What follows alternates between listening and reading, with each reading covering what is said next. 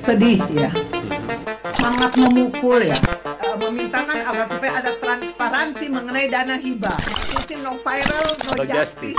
Yang terjadi itu single factor sendiri beliau. Apakah ketika dipanggil ini mau langsung ditahan?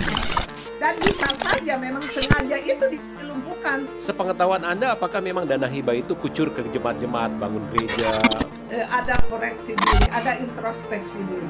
Kita harus menerima pidana ini pribadi. Saya telah mundur saja dari jabatan supaya dia fokus.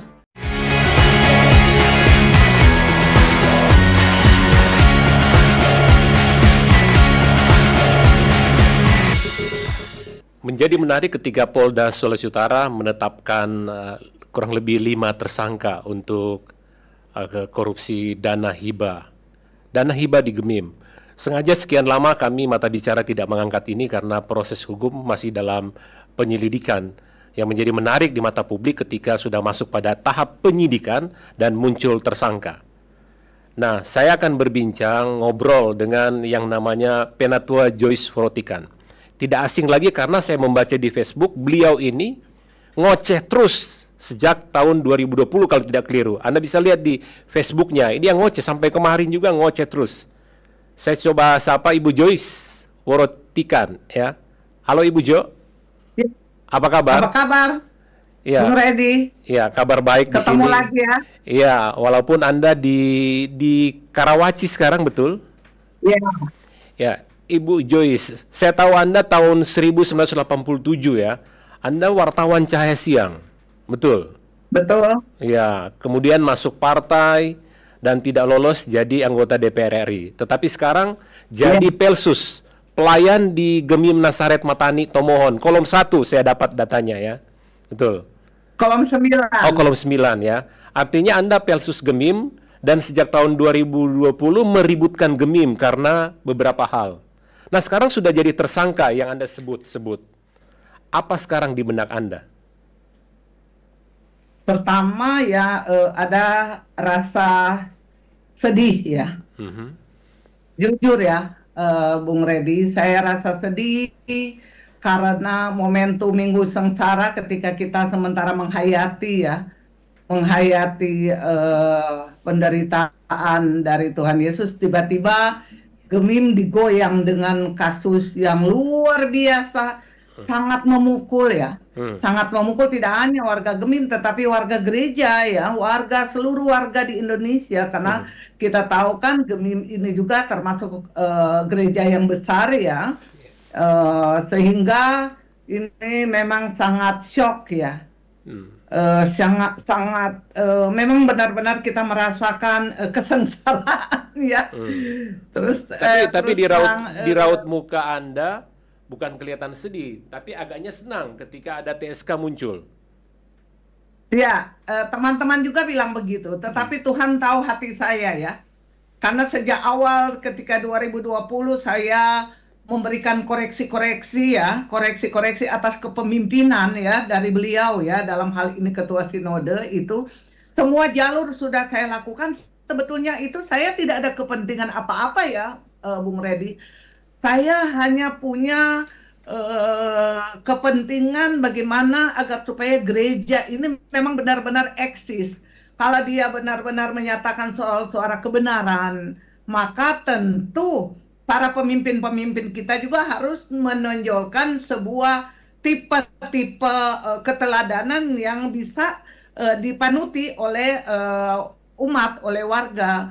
Nah, ketika kita melihat, ya waktu saya mulai bicara-bicara itu belum menyangkut dana hibah loh, Bung Redi. Itu tidak, ketika 2020 kita memulai, itu tidak terkait dengan dana hibah. Apa yang Anda soroti di awal? Dalam proses.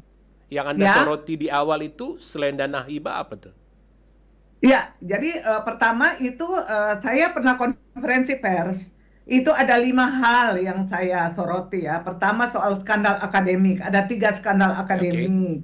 Kemudian yang kedua, saya menyoroti tentang pentingnya gereja itu memberi makan kepada masyarakat. Pentingnya itu gereja berbuat. Nah, itu ada komisi PSD.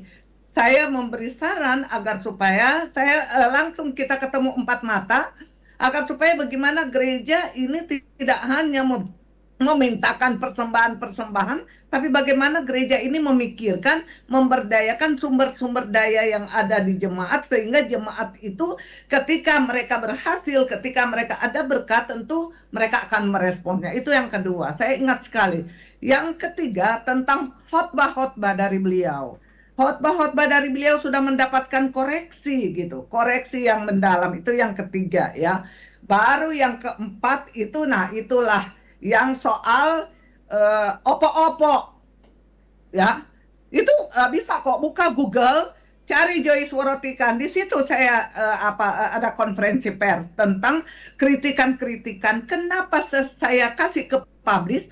Karena Bung Redi, saya sudah bicara empat mata. Yeah. Saya sudah datang ke komite etik. Yeah. Saya sudah datang itu ke komite penggembalaan, kepada BPMS, semua jalur-jalur sinode, jalur-jalur Gemim itu tertutup, tidak mau merespons gitu. Tidak mau merespons sebuah saran, sebuah teguran, sebuah koreksi yang saya lihat ada ketidakbenaran di dalam lembaga ini. Ibu Joyce, akibat daripada Anda bergerak sendiri mendapatkan data-data ini secara pribadi, atau ada beberapa teman yang merangkum data-data yang Anda sebut tadi?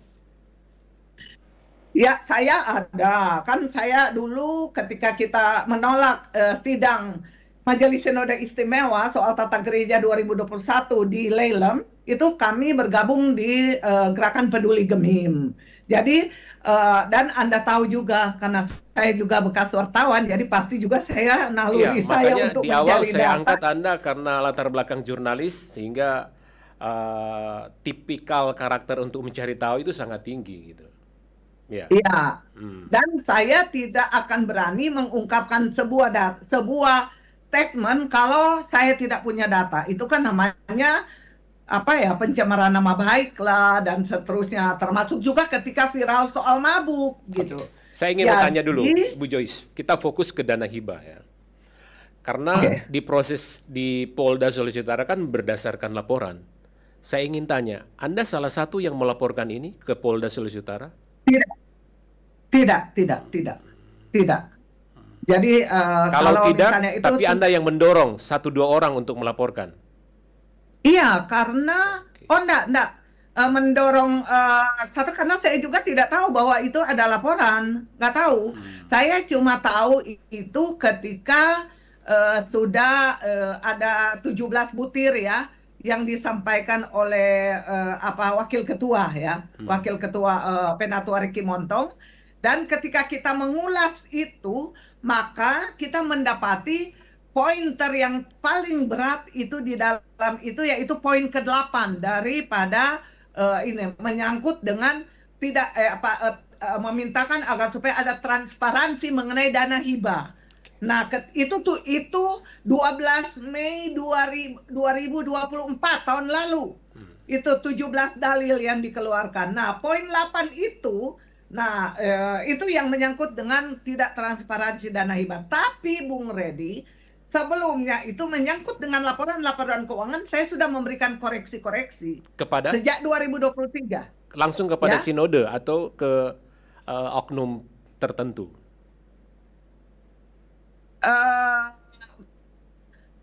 Karena terakhir itu saya akan menyampaikan ke sinode.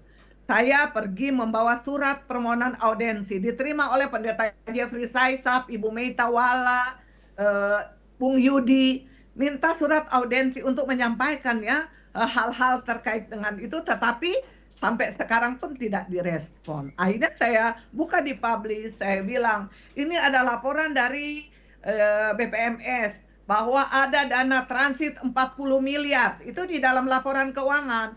Ini dana apa kok dalam laporan keuangan cuma dibilang dana transit gitu.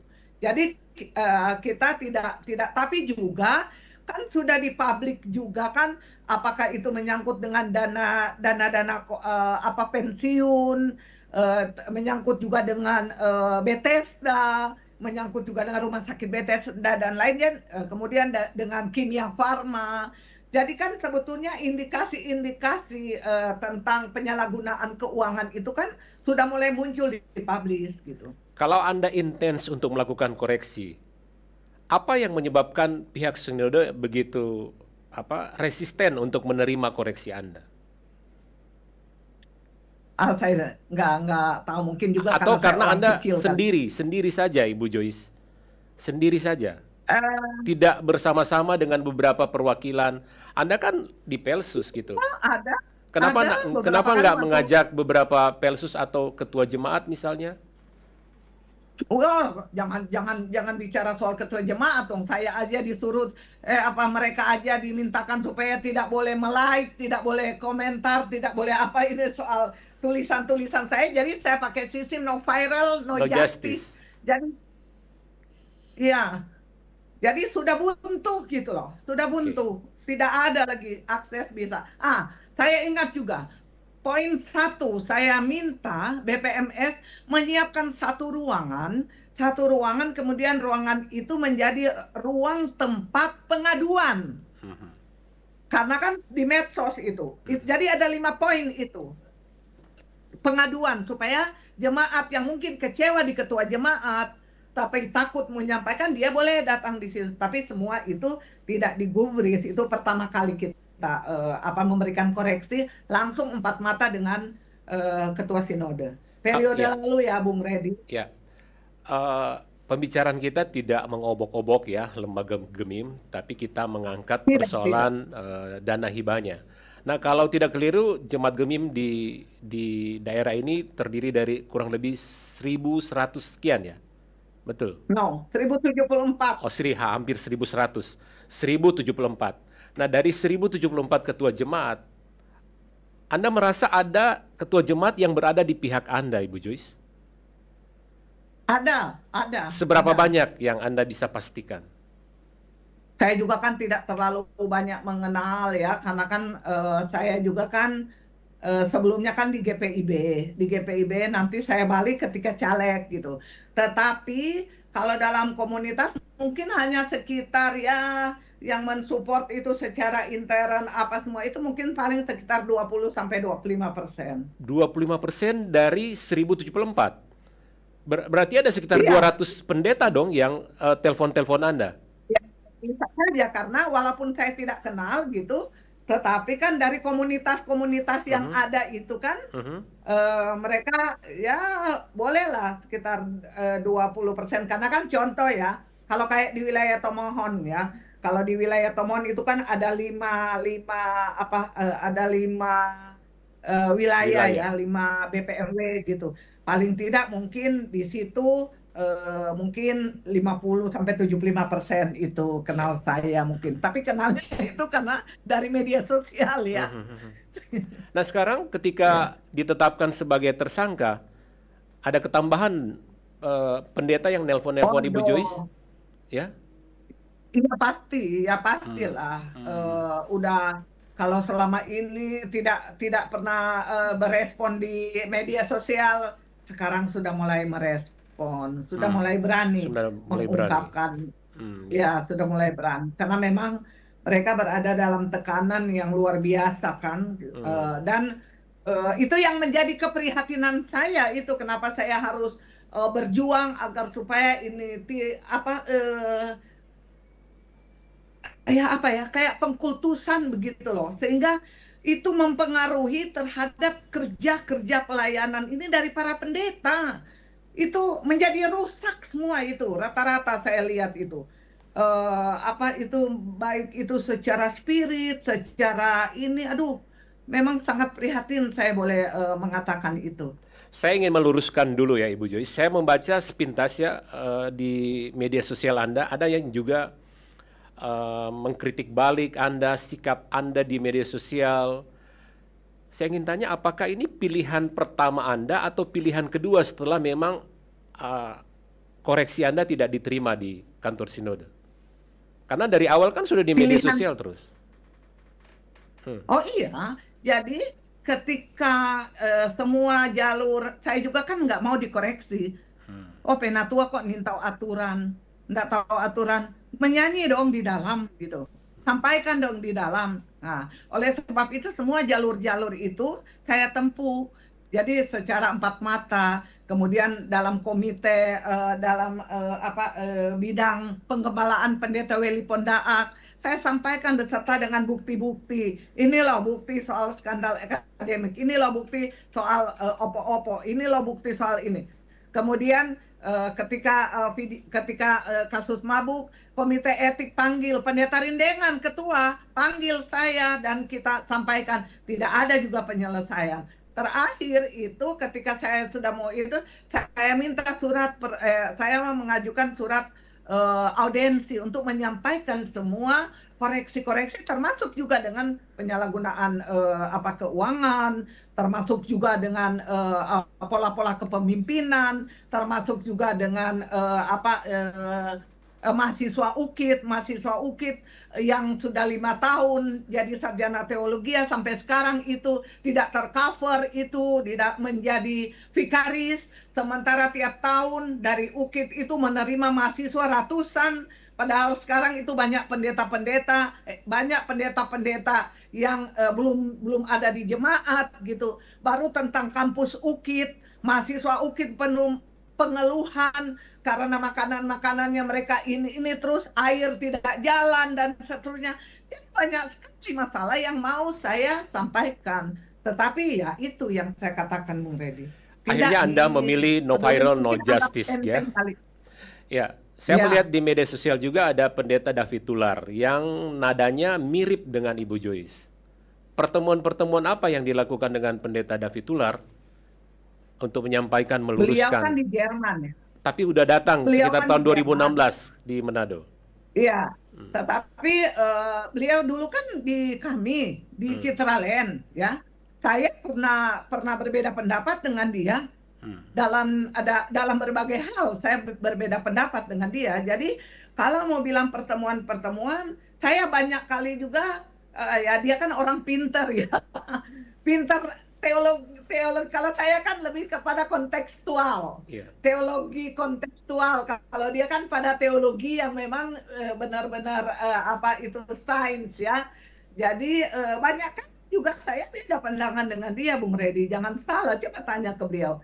Saya juga beberapa kali koreksi ke dia, tapi dalam hal itu viralnya beliau mengatakan itu, kalau nggak salah dia bisa sambut di jemaat Citraland. Ya, baik. Kalau bilang ketemu jarang juga ketemu. Baik, Ibu Joyce Warotikan, ya sudah disebut ada 5 nama menjadi tersangka. Kita harus menggunakan asas praduga tak bersalah, ya. Dan tentunya kita harus menghormati proses hukum karena kita di negara hukum. Nah, apa yang Anda akan lakukan setelah ini? Tetap masih berkoar di media sosial? Iya, yang pasti seperti Pak Gubernur punya pernyataan YSK bahwa kita juga menganut asas praduga tak bersalah. Tentu kita menghormati keberanian dari Kapolda. Artinya kan Bung Redi nanya apa yang itu. Jadi pertama kita buat apresiasi ya. Apresiasi kepada Pak Kapolda, kepada Direktur Krimsus yang baru 2 bulan bekerja ya, Kombes Winardi ya.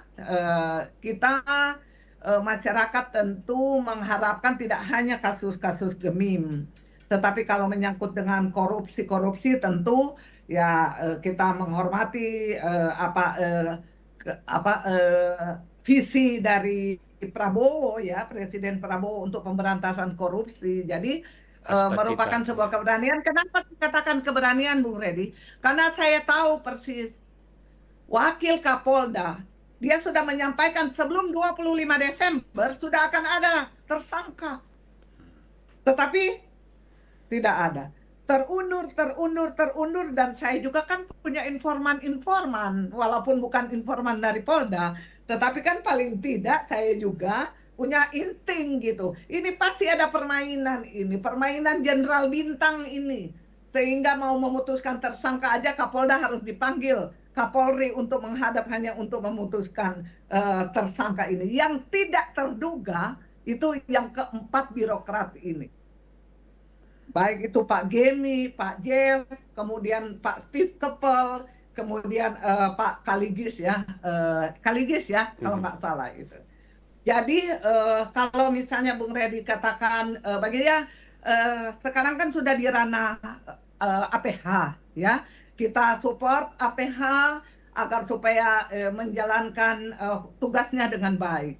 Kepada warga Gemim ya, karena kita mendengar ada ini ke sana kemari, ini akan ada demo dan seterusnya, itu di bawah pimpinan Billy Yohanes dan seterusnya, pendeta Billy mau demo dan seterusnya, itu mau melawan Polda, mau melawan polisi, kurang mau backing malo di dalam Minggu Sengsara kok ada pendeta berbondong-bondong mau datang demo di Polda. Ibu Joyce, ada yang menyebut bahwa tidak ada kerugian negara atau mempertanyakan tidak ada kerugian negara terhadap kasus dana hibah ini, dan sudah diumumkan ada sekitar 8, sekian miliar kerugian.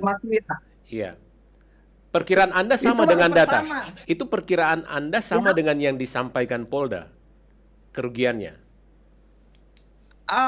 Atau Anda tidak punya data pasti? Kata siapa? Ya, oke. Anda punya data yang mirip dengan yang disampaikan Polda, betul? Iya, kita punya data kan hanya informasi-informasi dari media justru kan banyak. Tetapi kan pasti ini Polda kan fokus dulu. Karena dana hibah ini kan bukan cuma satu gitu. Ada mission center, belum terungkap. Ada yang 2 miliar tiap kabupaten kota itu memberikan dana hibah itu ke Gemim, itu satu kabupaten kota 2 miliar. Saya rasa itu semua sudah ada di Polda dan itu akan dilakukan penyelidikan lagi. Jadi saya kira Polda itu akan hati-hati ya, akan hati-hati untuk menentukan berapa kerugian negara. Jadi saya lihat kalau misalnya ini baru 5, bisa saja next ada lagi TSK, ada lagi dana hibah lainnya. Itu feeling wartawan saya aja. Feeling karena wartawan, ini ya? baru tersentuh 8,9. Sebelumnya kan Polda bilang 21M. Nah, dari 4 birokrat ini, Anda sudah memprediksi nama-nama itu yang bakal muncul jadi TSK? Atau kaget mendengar ada nama-nama ini? Oh tidak. 3 nama, 4 nama itu saya sudah feeling karena dari tugas-tugas mereka ketika saya mendapatkan data soal proses dana hibah, nama-nama ini udah masuk. Nah sekarang di tingkat sinode, saya mau katakan, ini bergerak sendiri seorang ketua sinode atau justru ada kolaborasi dengan yang pihak lain? Yang pasti sistem pemerintahan Sinode Gemim itu kolektif kolegial ya. Kalau dalam tata gereja ya seharusnya menyangkut dengan itu menjadi keputusan bersama dari BPMS. Terus yang terjadi? Tapi yang terjadi tidak demikian. Yang terjadi itu single factor sendiri, beliau yang menandatangani, beliau ya pokoknya beliau sendiri. Saya dapat data beliau sendiri dan juga itu terungkap juga dari 17 dalil Penatua Riki, wakil ketua yang menyatakan itu mereka padahal itu kan harus diputuskan, mekanismenya itu harus diputuskan melalui sidang. Oh, dana hibah ini ada untuk apa? Okay. Oh, dana hibah ini untuk apa? Kan saya dapat data kan seperti itu. Oke. Nah, lembaga Gemim ini adalah lembaga gereja yang terbesar ya di Sulawesi Utara. Akan seperti apa setelah proses hukum ini akan berakhir? Kami tidak tahu seperti apa karena kita tidak boleh mendahului pihak penyidik atau APH, tapi asas praduga tak bersalah. Tapi prediksi Anda akan seperti apa? Saya pikir intuisi Anda akan kuat dengan terjadi 1-2 tahun ke depan. Iya. Karena ini kan sudah ada kesepakatan bersama ya, baik dari Polda maupun dari BPKP, bahwa memang terjadi penyalahgunaan, terjadi penyelewengan gitu. Jadi memang kalau misalnya demikian, maka memang kasus hukum itu kalau nggak salah itu 5 tahun ya kalau nggak salah ya, untuk dana penggunaan dana korupsi, dana iya dana apa merugikan negara itu. Jadi memang yang viral sekarang ini, apakah ketika dipanggil ini mau langsung ditahan ketua sinode ketika mau Jumat Agung mau Paskah. Mungkin sekarang yang lagi viral sehingga teman-teman ini mau bademo supaya boleh toh mau bargaining. Oh iya, orang bademo ini supaya nyandak ditahan. Ya mungkin kali itu ya yang di benak mereka. Tapi menurut saya tidak pas lah. Ya, yang ingin publik ingin tahu bahwa setelah case dana hibah ini selesai, paling tidak ada perbaikan-perbaikan seperti yang Anda suarakan, persoalan tata gereja dan sebagainya. Apa yang Anda inginkan bersama teman-teman Anda dalam, saya bisa sebut, perbaikan? Iya, jadi memang seperti yang kita analisa ya, memang tata gereja kita ini memberikan peluang untuk ketua sinode ini menjadi pemimpin yang otoriter. Karena bisa bayangkan ya, sidang-sidang tahunan, sidang-sidang sinode baik tahunan maupun 5 tahunan itu dipimpin oleh ketua. Nah, di mana-mana ada organisasi, kalau mau laporan pertanggungjawabkan demisioner, iya toh, demisioner. Kemudian ada majelis ketua, tetapi di tata gereja kita tidak ada istilah demisioner. Jadi ketua sinode dia yang memimpin sidang tentang laporan pertanggungjawaban dari mereka dari BPMS. Jadi itu salah satu yang menjadi penyebab, kalau istilah Pendeta David apa ya, single fighter atau apalah, kurang lebih seperti itu Sebenarnya ya. tidak ada Jadi tim pengawas independen yang mengawasi keuangan di sinode. tidak ada. Itulah yang saya ributkan ketika penyusunan tata gereja, ketika SMSI di perubahan tata gereja di Lelem. Karena menurut saya ketika ketika BPPS itu diganti menjadi komisi, maka sebetulnya disitulah kelumpuhan daripada transparansi keuangan. Dan bisa saja memang sengaja itu dilumpuhkan karena memang ada kasus-kasus seperti ini yang tidak bisa diperiksa secara independen. Sekarang kan pemeriksa perbendaharaan gereja itu komisi. Komisi itu dibawa dari badan pekerjaan, ditunjuk. Kalau dulu kan itu dipilih. Terpisah. Artinya betul-betul independen, tidak dalam struktur kolektif kolegial gitu ya. Iya, ya. Oleh sebab itu hari ini saya mengingatkan lagi postingan saya sebelumnya bahwa bisa bayangkan dana hibah itu diperiksa dengan teliti, diperiksa dengan cermat, dilaporkan dengan baik, tetapi toh bisa jebol. Kita bisa bayangkan Bu Redi, sentralisasi, uang-uang yayasan, dari uang-uang UKIP, uang-uang rumah sakit yang tidak terkontrol. Sampai sekarang aja nggak ada yang periksa laporan keuangan sinode. Komisi perbendaharaan itu tidak melakukan tugasnya. Bisa bayangkan uang begitu banyak masuk tanpa pemeriksaan. Anda memastikan ini mendapatkan data langsung atau sekedar mendengar di media atau kata Bukan orang? Bukan data, memang fakta. terjadi begitu. Faktanya ini ya. Oke. Ya, faktanya yang terjadi itu seperti itu. Oleh sebab itu memang kita menyarankan supaya ke depan dengan kasus ini, maka ke depan itu sudah harus ada auditor eksternal. Atau kembali ke badan istilahnya? Iya, pengawasan perbandingan jemaat. Badan pemeriksa itu, tetapi juga itu kan internal. Tetapi ada juga auditor eksternal, agar supaya bisa ada keseimbangan untuk pengontrolan dana-dana yang ada, baik itu dana internal maupun dana-dana dari pemerintah ya dalam hal ini. Sepengetahuan Anda, apakah memang dana hibah itu kucur ke jemaat-jemaat, bangun gereja, tambah ini, tambah itu, bangun itu? Ada nggak ya? Ya, ada gereja-gereja tertentu, tergantung relasi. Iya, Oke. ada gereja-gereja tertentu, tetapi kan kita dapati ya, ada beberapa gereja yang telepon ke saya, aduh Joyce, tuh orang 500 juta, Mar cuma terima 300 juta, tuh orang dan cuma terima 200 juta, itu beberapa gereja bisa terkonfirmasi juga, mereka menyampaikan itu. Jadi memang mungkin ya, tapi mereka juga udah dipanggil oleh penyidik. Oh, orang so penyidik so panggil, jadi orang so sampaikan no bahwa orang cuma terima 300, orang tanda tangan 500 atau Dari data ada yang ini terima sehingga Anda 150. begitu optimis akan ketambahan TSK juga ke depan ya. Seperti itu Ibu Joyce? TSK-nya akan Iya, bertambah. Ya, akan ada. akan ada ya. Akan ada dana hibah seri 2. Oke. Kalau begitu kami ingin dengarkan kata-kata positif Anda supaya publik tahu bahwa yang Anda viralkan di media sosial betul-betul akan membuat suatu perbaikan di lembaga gereja ini. Apa yang Anda harapkan terakhir Ibu Joyce? Kita akan Ya, akhiri ngobrol kita. ya.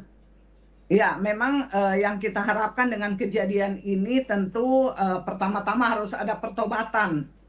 Harus ada pertobatan bagi warga gereja Masih Injil Minahasa termasuk para pendeta dan kita sekalian, pelsus, jemaat di minggu-minggu sengsara. Saya cuma mau kasih ingat Bung Redi. Jadi ketika 2005 itu kami itu baru 700 jemaat tetapi jumlah jiwa kita 1 juta lebih. Tetapi 20 tahun kemudian kami itu sudah naik ke 1074, tetapi jumlah jiwa tinggal 800.000. Jadi merupakan sebuah koreksi. Kemudian 33% yang beribadah di gereja tahun Maret 2025. 33%. Berarti ada 67% itu nggak tahu kemana. Gitu. Jadi sebetulnya ada koreksi diri, ada introspeksi diri. Para pendeta-pendeta itu kembali ke Bible gitu.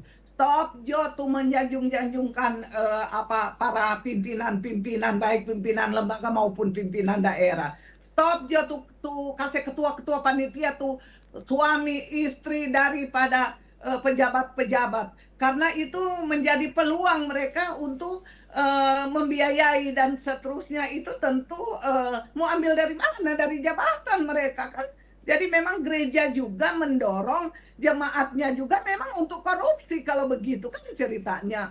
Kalau misalnya kita jadi saya keras ya, bagaimana gereja mau memberikan teguran, koreksi kepada pemerintah ya kalau misalnya gereja sudah tergantung secara ekonomi kepada pemerintah tentu tidak terjadi itu Bung Redi.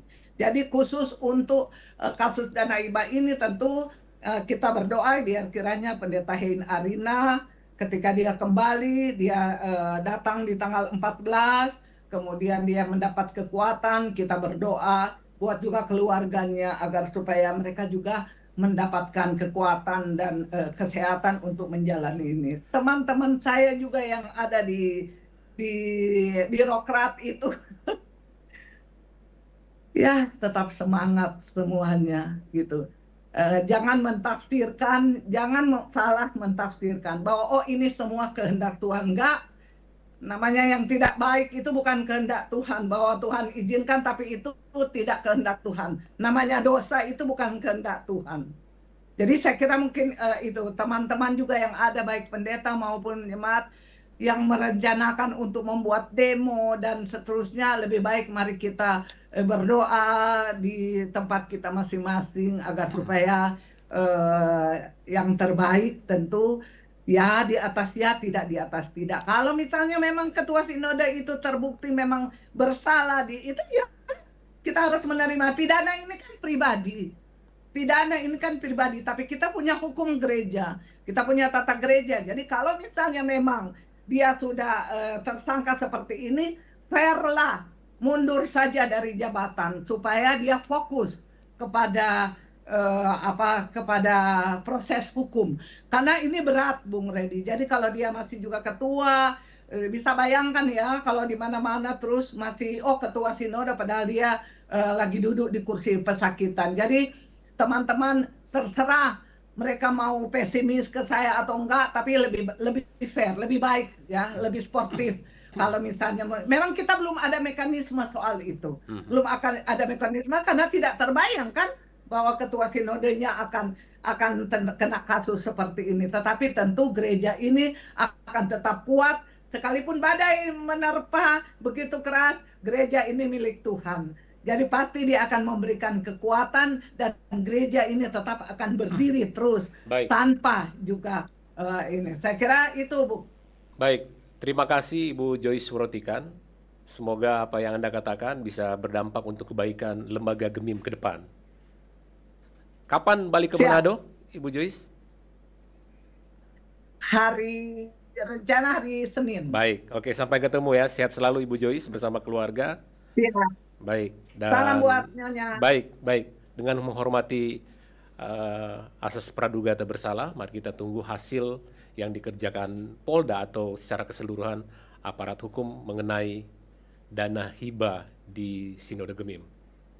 Mari kita lihat apa yang kita katakan dan kita katakan apa yang kita lihat. Sampai jumpa.